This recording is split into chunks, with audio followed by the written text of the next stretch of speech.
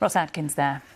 A US village has been long known as Little Palestine. Bridgeview in Chicago, Illinois, has shown various forms of support for Palestinians in Gaza.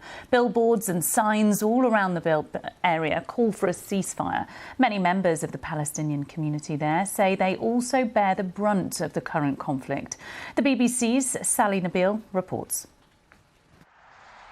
This is Little Palestine, or Bridgeview, a suburb of Chicago, Illinois. A large Palestinian community lives here, and their presence is visible. They are thousands of miles away from home, but closely tied to the ongoing fighting in Gaza. This is the sign. This is the famous sign. Since the fighting broke out in Gaza, Layla has had this sign in her garden.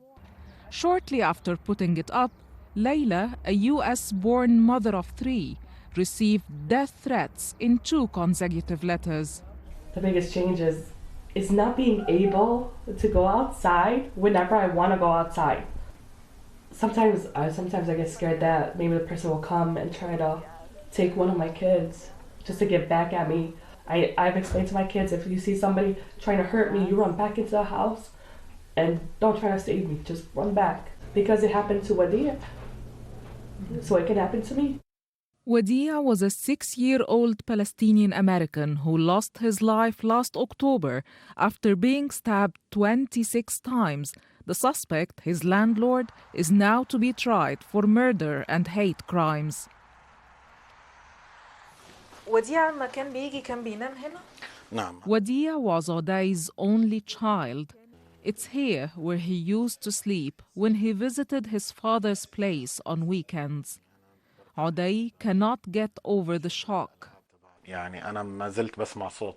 I still hear his voice. He used to come on Saturdays, and up till now, I still stand next to the window waiting for him. I know he won't show up, but it just relieves me to wait.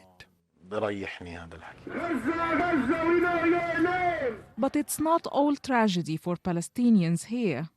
Over the past couple of months, a few support rallies took place in Chicago, where various communities came together to call for an end to the war. For Palestine support rallies, these are absolutely the biggest that Chicago has ever seen, especially other oppressed communities, the Black community in the United States, Latino community, other immigrant communities, the Native communities here, Asian, have always been on the side of the Palestinian people. Feed the cat. He makes me simple. Back at Layla's place, the family tells me they hate to live in fear. Even if the war is over, they will always feel bitter when they remember how it meant to be uncomfortable at their own home. Sally Nabil, BBC News, Bridgeview, Illinois.